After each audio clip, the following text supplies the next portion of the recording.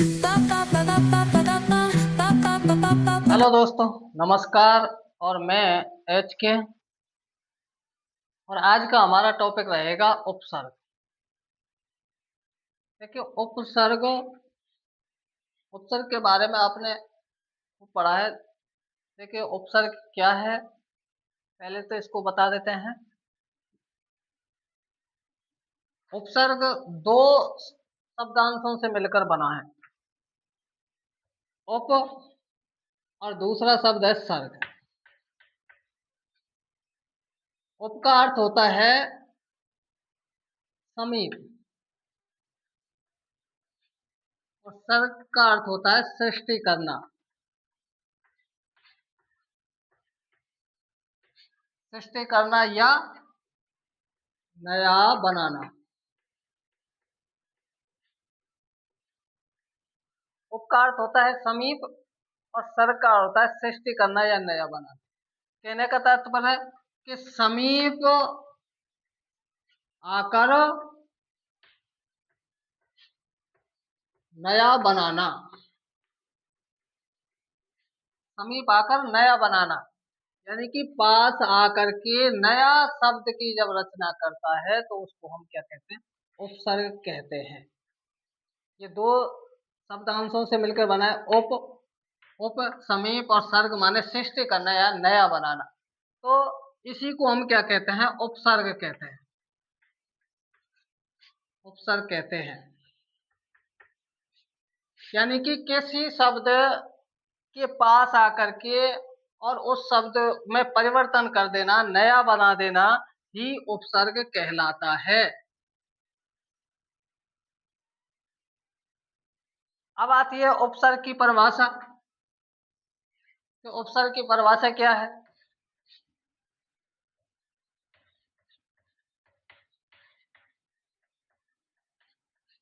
उपसर्ग की परिभाषा देखिए, वे शब्दांश जो शब्द ऑब्लिक धातु के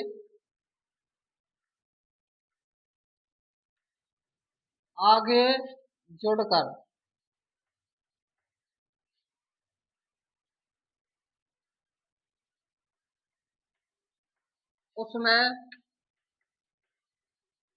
परिवर्तन कर देते हैं,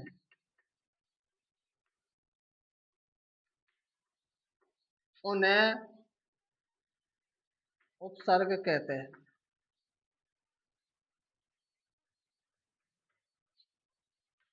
उन्हें क्या कहते हैं? उपसर्ग कहते हैं। कहने का तात्पर्य है कि वे शब्दांश जो शब्द या धातु के आगे जोड़कर उसमें परिवर्तन कर देते हैं, उन्हें हम उपसर्ग कहते हैं।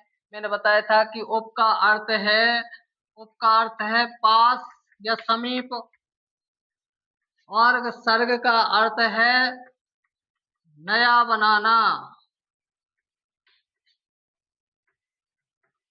नया बनाना या सृष्टि करना, ऐसे भी कह सकते हैं, या परिवर्तन करना।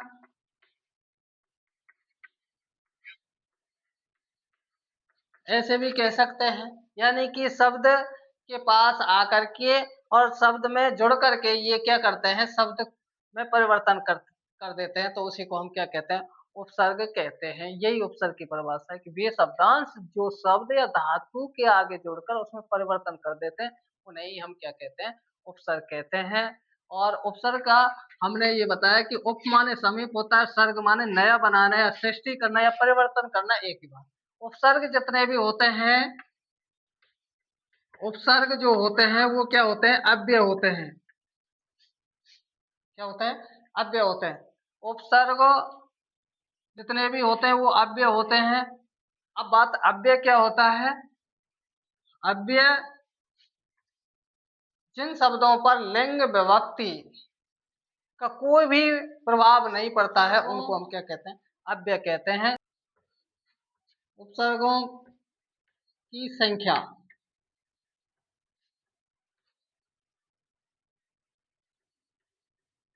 संस्कृत में उपसर्ग 22 होते हैं।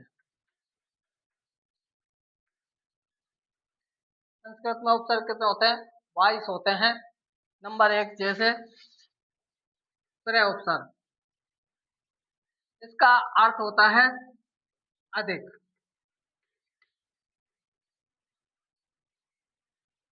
जैसे हार शब्द है, हार, अगर इस हार में हम प्रत्यय उपसर्ग जोड़ देते हैं, प्रत्यय उपसर्ग कहाँ जुड़ता है? आगे जुड़ता है, प्रत्यय प्लस हार, तो इसका अर्थ परिवर्तन, नया शब्द बन जाएगा, अर्थ परिवर्तन हो जाएगा। तो ये क्या हो जाएगा? प्रहार। और हार का अर्थ क्या होता है? पहनने वाला हार, और लेकिन प्रत्यय जोड़ते ही इसका अर्थ क्या हो गया? प्रहार माने चोट करना। दूसरा है परा। दूसरा है परा। परा का अर्थ होता है विपरीत या पीछे, विपरीत या पीछे। इसी प्रकार से तीसरा है उप, समीप,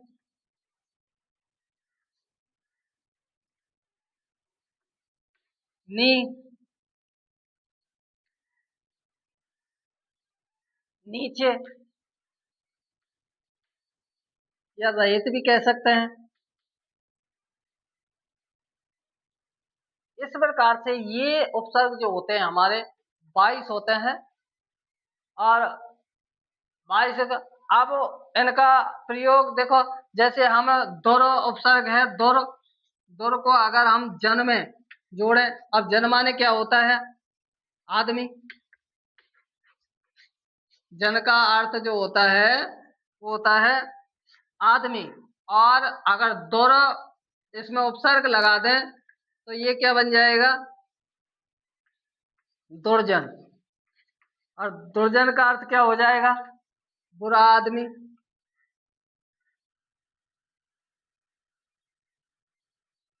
यहाँ आदमी था, लेकिन दुर उपसर्ग लगते ही इसका अर्थ में क्या हो गया? परिवर्तन हो गया, और ये हो गया दुर्जन। और दुर्जन का अर्थ क्या निकला? बुरा आदमी।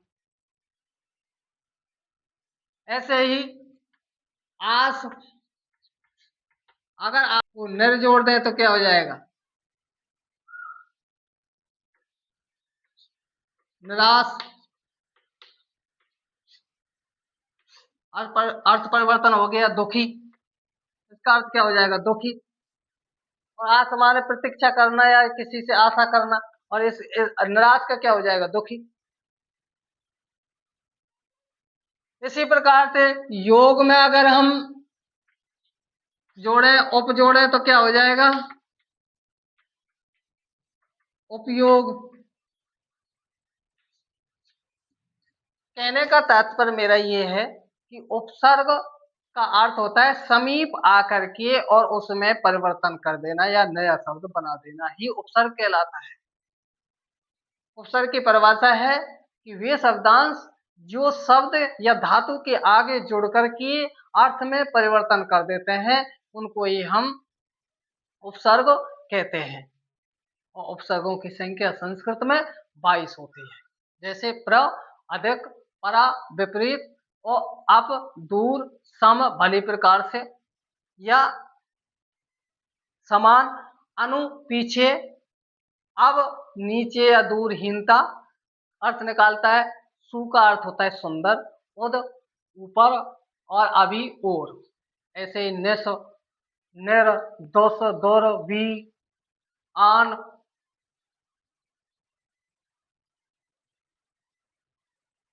अधि, अपि, अति, परि, ओपो, ये 22 उपसर्ग होते हैं। और 22 उपसर्गों का प्रयोग संस्कृत में होता है। उपसर्गों को ही हम अव्यय कहते हैं, क्योंकि उपसर्गों में किसी भी लिंग या विभक्ति का प्रयोग प्रभाव नहीं पड़ता है, इसलिए इनको हम क्या कहते हैं? अव्यय। और अव्यय शब्दों की परिभाषा भी यह है जिन शब्दों पर किसी लिंग, विभक्ति, वचन आदि का प्रभाव नहीं पड़े, उनको हम अव्यय कहते हैं। उपसर्ग पर इनका कोई प्रभाव नहीं पड़ता, तो उपसर्गों को भी अव्यय कहते हैं। और हमारे उपसर्ग 22 संस्कृत में 22 होते हैं। मैंने बताया था कि उप और सर्ग, उप का अर्थ होता है समीप और सर्ग का होता है नया शब्द बनाना या सृष्टि करना, तो उसी को हम उपसर्ग कहते हैं। और इसकी परिभाषा है वे शब्दांश जो शब्द या धातु के आगे जुड़ करके उसमें परिवर्तन कर देते हैं, तो उसको ही हम क्या कहते हैं, उपसर्ग कहते हैं। यानी कि जुड़कर उसके अर्थ में भी कर सकते हैं, ऐसे भी लिख सकते हैं, अर्थ में परिवर्तन कर देते हैं। उपसर्गों की संख्या 22 होती है। तो इस प्रकार से ये हमारा उपसर्ग का टॉपिक पूरा हुआ। आशा करता हूँ कि उपसर्ग आपके अच्छे से समझ में आए होंगे, और अच्छे से समझ में आए हो तो मेरे चैनल को सब्सक्राइब और लाइक ज़रूर करें। धन्यवाद।